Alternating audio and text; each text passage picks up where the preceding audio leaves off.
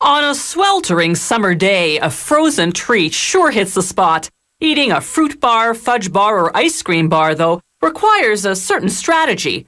You have to hold the treat by the stick, lean slightly forward to dodge the drips, then lick like crazy before it melts off the stick and lands at your feet.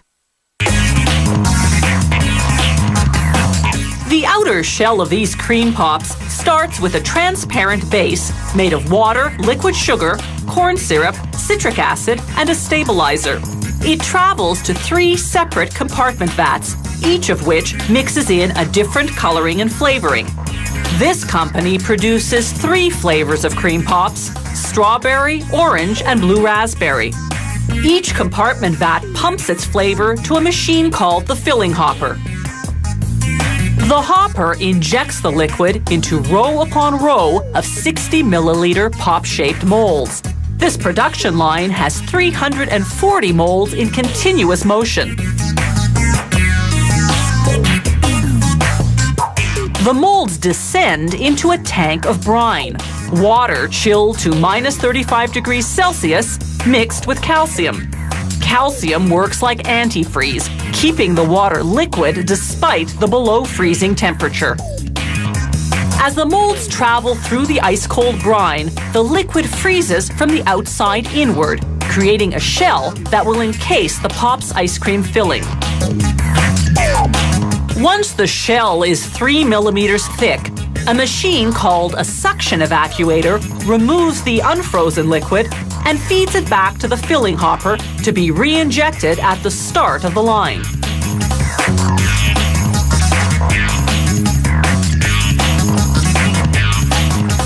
The shells are empty now and ready for filling.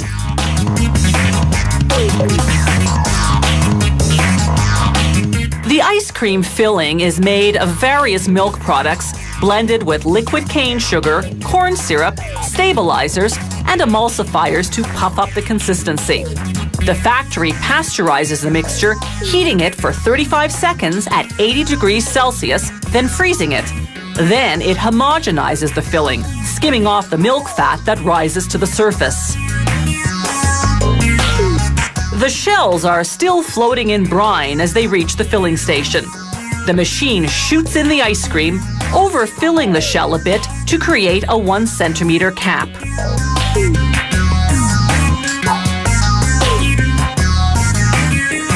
The ice cream begins to harden in the cold brine.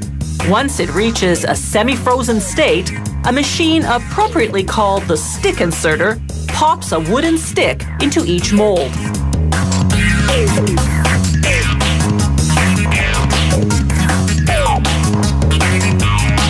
Now the molds leave the brine and enter a tank of warm water, 24°C, hot enough to detach the cream pops from the molds without melting them in the process. From initial injection to final extraction, it's been 7 minutes. The machine dips the cream pops in cold water to produce a protective coating of ice. This will keep the surface from sticking to the wrapper. It will also lengthen the product's shelf life. The machine deposits the cream pops into a continuous stream of paper wrapping. Heating elements seal the wrapper on top and between pops. Then a slicer cuts them apart. The empty molds go through an automatic wash and rinse cycle on their way back to the start of the line. These molds are for making chocolate fudge bars. The production process is the same, except that the shell is fudge flavored, made from milk solids and chocolate powder. And instead of ice cream in the center, there's chewy chocolate syrup.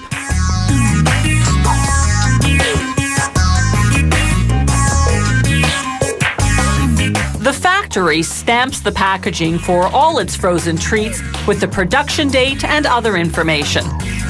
These frozen treats have a 1-year shelf life in the freezer, provided you maintain the temperature at an ideal -25°C.